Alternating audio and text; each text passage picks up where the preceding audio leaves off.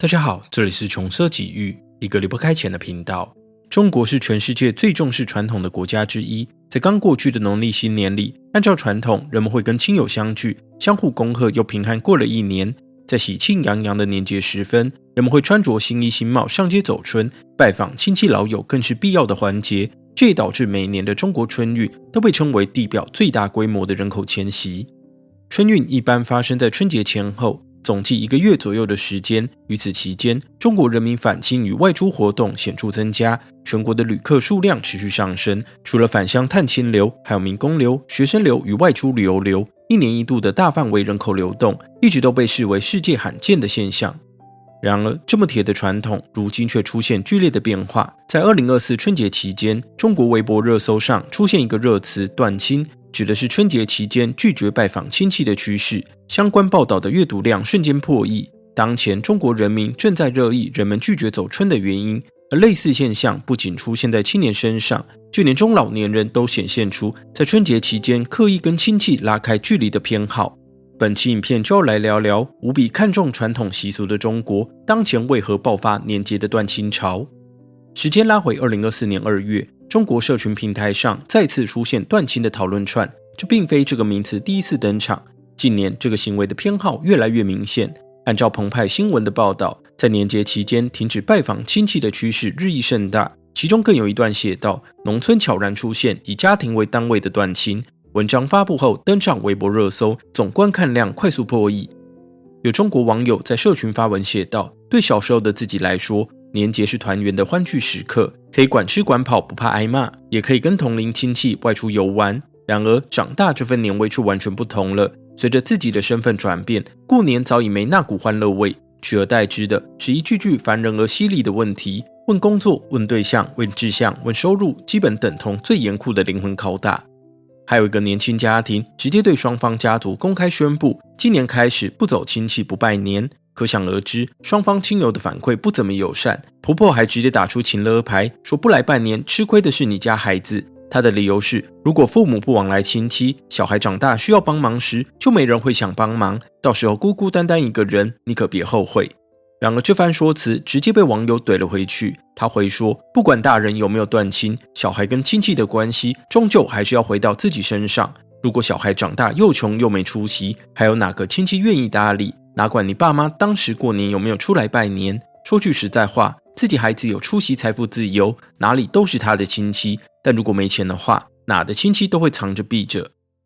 这2件案例才一发表就引起广大的共鸣，许多网友都对他们的想法表达赞同。这里我们引述南京大学去年发布的一篇论文，题为《断亲概念问题与思考》，内容显示，当前的中国正经历一场亲情危机。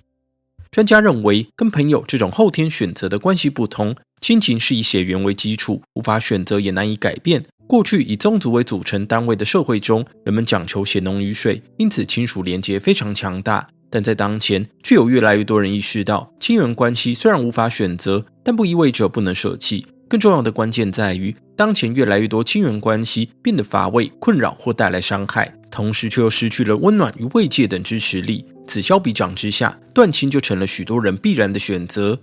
在过去很长一段时间里，人们势单力薄，以个体为最小单位的生存模式难度较高，宗族变成了个体存活的重要支柱。在这之下，人们以血缘互为羁绊，以规矩的约束作为凝聚，进而形成紧密的统合体，对抗外在群体与社会。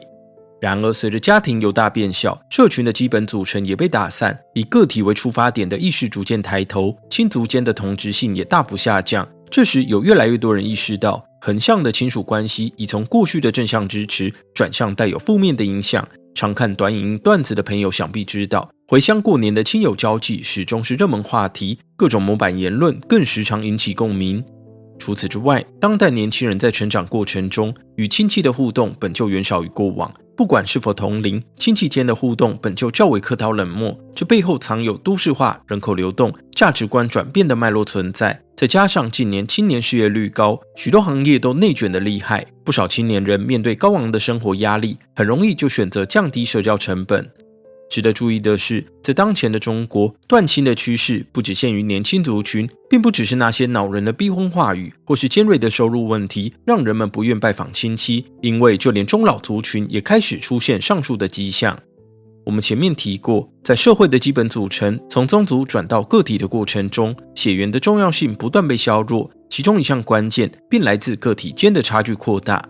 在过往的农村社会，同一个家族的成员彼此之间成长轨迹相对相似，毕竟有着类似的起跑点、类似的成长环境与资源，加上体内流着同源的血液，很容易就长成相似的个体。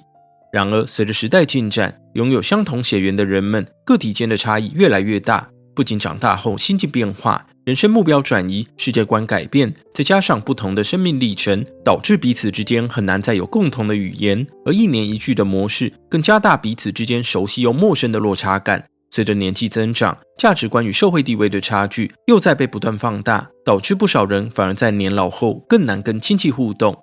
这里我们下一个结论，中国民间的断亲现象现已逐渐形成全国性的趋势，也受到人们广泛的关注，这背后呈现整个社会变迁的缩影。值得注意的是，断亲不代表放弃亲属关系，而是主动放下传统习俗的捆绑，追求属于自己或家庭的最佳利益。最后，我们要把镜头转回台湾，聊聊年味越来越淡的这回事。我们过去聊过，随着大家长大成人，传统节日的气氛早已没有童年浓烈。对于不少上班族来说，连假多放几天才是过节的重点。随着人们越来越偏好简单过节，亲族之间的过节气氛似乎正不断消散。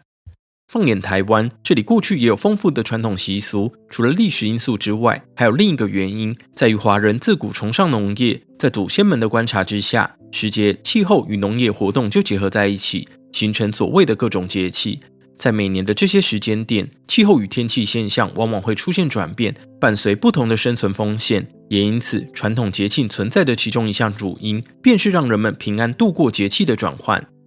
既然是由农业而起，就会随着产业转换而改变。当前台湾农耕生活早已淡出公众视野，现代人几乎不再按照农为利的生活，这也导致某些节庆不再对人们的生存构成重要的影响。自此，有些节庆逐渐被忽视，即使还存在的节日活动也出现简化的趋势。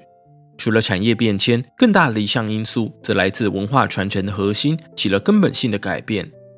我们之前就讲过，节庆活动这类非物质文化遗产本来就有各自的生命周期，随着时间过去，部分文化消失，同时也有新文化诞生，这是很正常的事情。而在台湾，单身少子化的趋势持续上扬，家庭规模也不断变小，这就带来类似于中国的影响。随着社会基本组成改变，以大家庭跟以小家庭或单身个体为出发点，衍生出来的社交活动绝对会有截然不同的面貌，而这正是年味变淡的主因。